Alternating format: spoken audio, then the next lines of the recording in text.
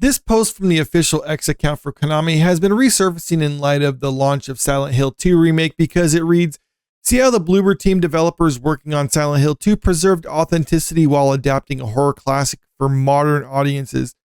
And for people who know, modern audiences is usually a euphemism for just saying the old audience for this was bigoted, islamophobes, and stuff like that. So they're trying to cater to a new audience, a new generation of audiences, which is usually code for woke propaganda and things like that. Now, I'm not saying 100% certain that's the case with this one because I've seen some of these claims and I personally have my doubts that's what they're doing entirely. But at the same time, I can understand why this is giving some gamers pause because we have seen this time and time again, especially when it comes to remaking beloved IPs. Yeah, this is the kind of stuff that a lot of companies will do. And if you look at the developer of it, Bloober Team, there is some red flags with it. But like I said, I think there should be a little bit more to explore with this. So let's jump into this article from That Park Place, which kind of breaks it down and goes into a bit more detail. The headline, Konami deletes post announcing Silent Hill 2 Remake was designed for modern audiences. At the end of May, Konami published a post on X that has since been deleted where it announced, see how the Bloober Team developers, okay, so I already went into that. The post also included a video that featured the game's lead producer, Mashi Glom, stating, "I think the biggest change that we've had was actually how to make the game approachable for newcomers who have not played the original, but at the same time to retain the familiarity of the game that players remember from 20 years ago." Creative designer and lead director Matthias Lenar added, "Our goal from the very beginning was to maintain the game's atmosphere while modernizing the gameplay to make it competitive in 2024. Now, just from those statements alone, I don't really think there's anything too egregious to get hung up about. Like, I understand if some people are upset that they're making any changes to the gameplay whatsoever, because I, for the most part, maintain that if you're going to adapt something, that you should be as faithful to the original as possible. Now, obviously, there's going to be some changes to be made, especially if they are trying to appeal to a wider audience or a modern audience. And one example that I think of that isn't so bad is if they're just trying to remove the tank controls from the original and just make it more attuned to what people are accustomed to these days. Now, I believe they should probably maintain those sort of things, but if you're just going to change some of that stuff, then okay, fine, I can live with that. But that's not really what most people are talking about when they're saying that this is being made for modern audiences, because just check out this next statement below. The video also featured commentary from Barbara Hughes, Bloober Team's senior narrative designer, who explained how the company changed the story. In the remake, the story remains largely the same. However, with the magic of modern technology, we're able to expand on some of its aspects. All right, so that's a little bit of a red flag right there when they're talking about tweaking the story in any way, shape, or form, because I maintain, and many others I'm sure agree with me, that if you're going to adapt something, try to keep the story, and that's something that you really don't need to change. Like I said, gameplay mechanics and other things like that, okay, I can understand why you need to tweak that, but the story, you can maintain the story and it still works, but I don't know, if you're talking about making any changes to it whatsoever, then I kind of have an issue with that. It's all about execution though. But then there's this big red flag that a lot of other people are starting to point out now when they were digging into this a little bit further. This post from Konami appeared to confirm suspicions that the game was being injected with the DEI agenda by Bloober Team and the video game consultancy Hit Detection, following the redesign of the character Angela that was shown off during the PlayStation State of Play in May.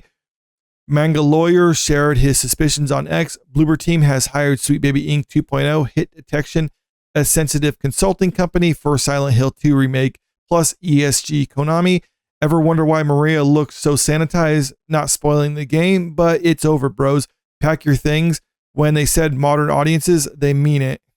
And the reason they're calling this Sweet Baby Inc. 2.0 is because Hit Detection is essentially the same thing as Sweet Baby Inc. It's an outside consultancy company that studios hire to give them input on how to insert more diversity and other DEI stuff within their games.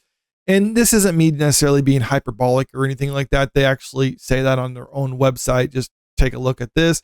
Our commitment to building a team from a variety of backgrounds, including underrepresented groups, is a superpower that allows us to provide unique and varied perspectives, setting us apart from other firms. This diversity is a strength that fortifies our insight and gives us a natural advantage within the consultancy or the consulting landscape.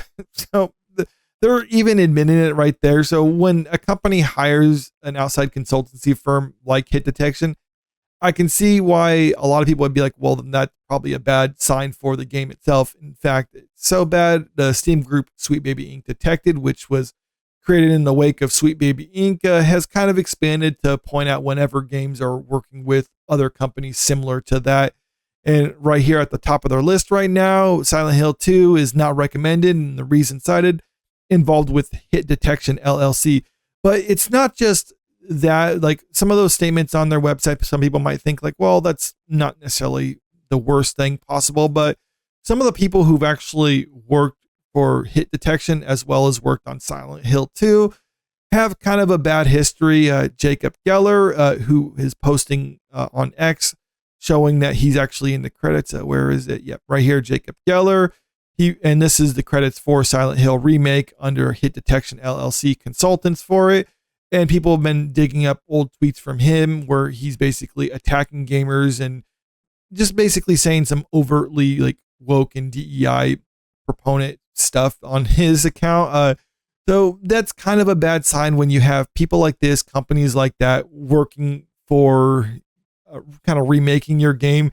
So when Konami made that initial post basically saying it's for modern audiences and deleting it, some people are speculating the reason why they actually did that is because they're trying to conceal the fact that they're trying to push a political agenda.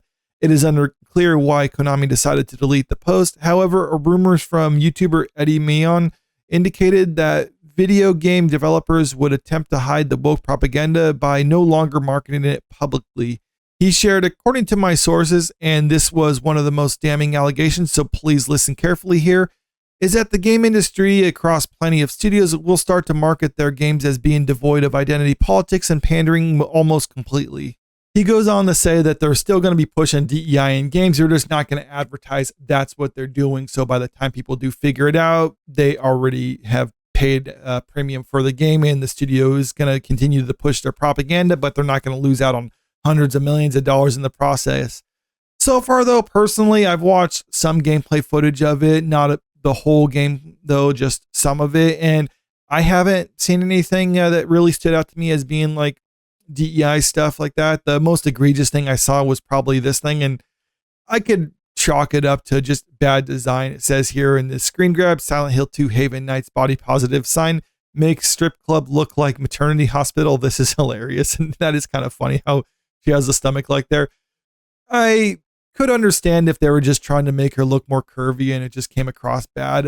If I'm being generous, I could just chalk it up to that. But it's possible they were trying to be more body positive. But I think if they were trying to be more body positivity, then they would have made her look a little bit bigger than what we currently got here. But this could just be them being a bit more subtle in it, though. And to me, that's one of the things when it comes to this game that kind of leads me to think maybe they weren't trying to necessarily push an agenda with it. I mean, they were hiring a company like Hit Detection, so that's clearly a bad sign for them. But the idea that Konami is trying to push a political agenda, yet they're trying to make it so subtle that people don't even notice it, then that just raises question like, are they actually doing that to begin with then? Are they trying to push their agenda if they're being so subtle that people don't even notice it's happening?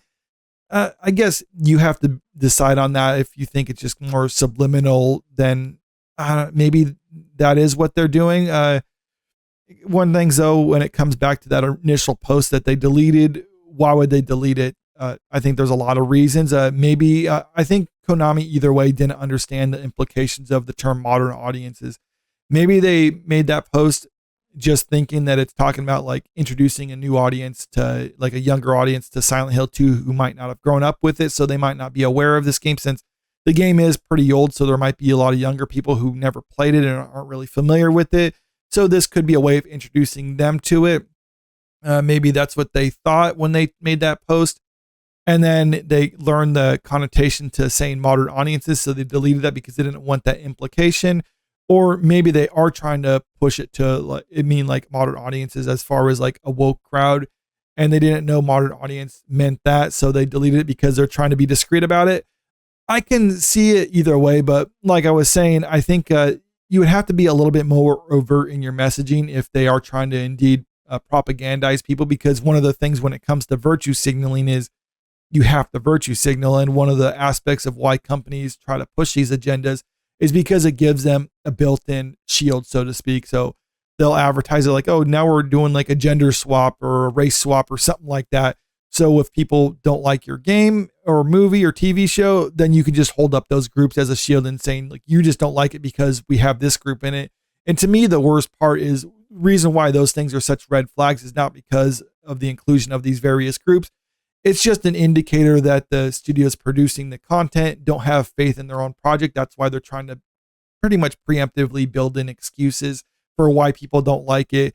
So if you're not doing that entirely, at least it shows that they have a bit more confidence in their product. And ultimately, I do believe this is a victory, though, in the culture war, because if one side who was previously just running rampant, just doing whatever they want, propaganda, just front and center, now feel that they have to scurry around in the shadows like a bunch of cockroaches, to me, that's a good sign that they're losing and they're on their heels and they're trying to just struggle to stay alive. So if you just keep on the pressure and just call out studios whenever they are doing this sort of thing and refuse to buy games that are pushing this sort of agenda, then I think that ultimately they are going to lose out.